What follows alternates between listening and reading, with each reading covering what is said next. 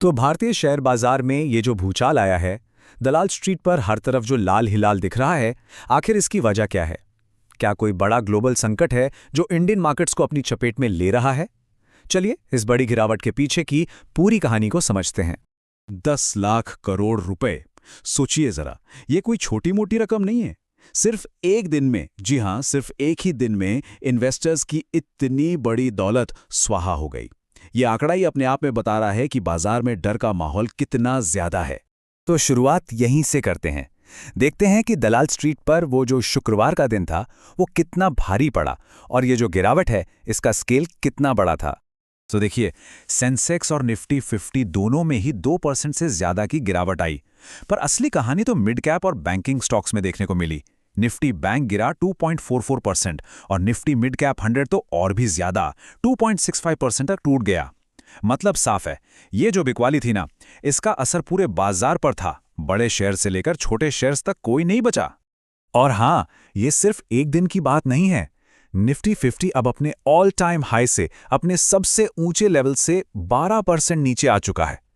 Market की भाषा में इसे डीप करेक्शन या गहरा सुधार कहते हैं। और ये एक सीधा सा संकेत है कि शायद मार्केट का ट्रेंड अब बदल रहा है। पर सबसे बड़ा सवाल तो यही है कि आखिर ये सब हो क्यों रहा है। इसकी जड़ें भारत में नहीं हैं, बल्कि हजारों मील दूर एक ग्लोबल क्राइसिस में है। चलिए देखते हैं कि कैसे एक इंटरनेशनल घटना ने पूरी दुनिया के मार्केट्स में ये दहशत का माहौल बना दिया है। तो पूरी कहानी शुरू होती है अमेरिका और ईरान के बीच बढ़ते हुए टेंशन से। आप देखिए, सिर्फ 14 दिनों के अंदर 28 फरवरी को पहला हमला हुआ और उसके बाद स्ट्रेट ऑफ हॉर्मुज को बंद कर दिया गया। बस इतने में ही ये एक छोटा मोटा झगड़ा नहीं रहा, बल्कि एक बड़ा ग्लोबल संकट बन गया, जिसका असर आज हर कोई महसूस कर रहा है।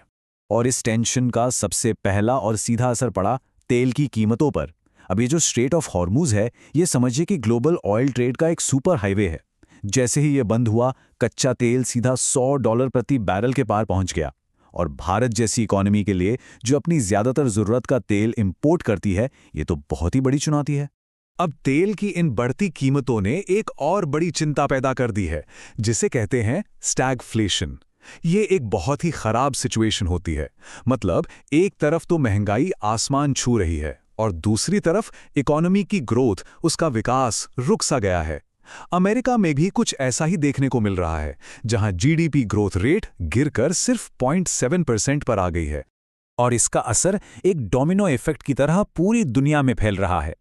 अमेरिका में ट्रेजरी यील्ड बढ़ी तो इन्वेस्टर्स ने भारत जैसे मार्केट से पैसा निकालना शुरू कर दिया।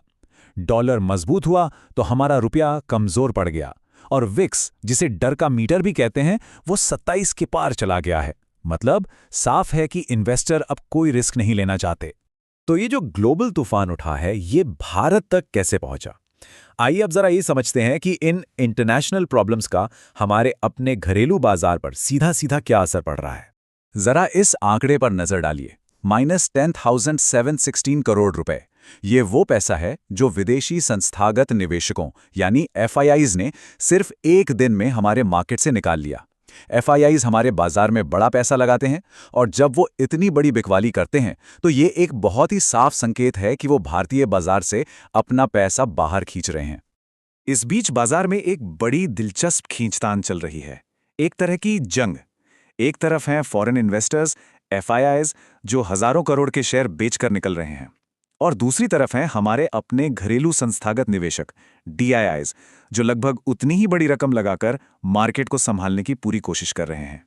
तो ऐसा नहीं है कि सारी प्रॉब्लम सिर्फ ग्लोबल हैं। इन ग्लोबल समस्याओं के साथ साथ हमारी अपनी कुछ घरेलू कमजोरियां भी थीं, जिसने आग में घी का काम किया।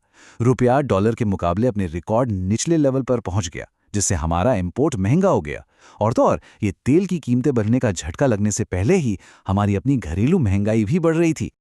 चलिए अब थोड़ा और अंदर चलते हैं और देखते हैं कि इस पूरी गिरावट में कौन से सेक्टर्स सबसे ज्यादा पिटे और कौन से थे जो थोड़ा बहुत संभले रहे। निफ्टी 50 का हाल तो ऐसा था कि जैसे चारों तरफ लाल रंग का समंदर हो। इस समंदर में सिर्फ 3 शेयर्स थे जो हरे निशान में बंद हुए, जिन्हें डिफेंसिव या सेफ माना जाता है, जैसे टाटा कंज्यूमर और हिंदुस्तान यूनिलीवर। वहीं दूसरी तरफ इंडस्ट्रियल और मेटल सेक्टर के शेयर्स जैसे लार्सन एंड टूब्रो और हिंडाल्को, इनको सबसे तगड़ा झटका लगा। अब लॉर्सन एंड टूब्रो का शेयर 7.5% क्यों गिरा? इसका सीधा कनेक्शन मिडिल ईस्ट में चल रहे टेंशन से है।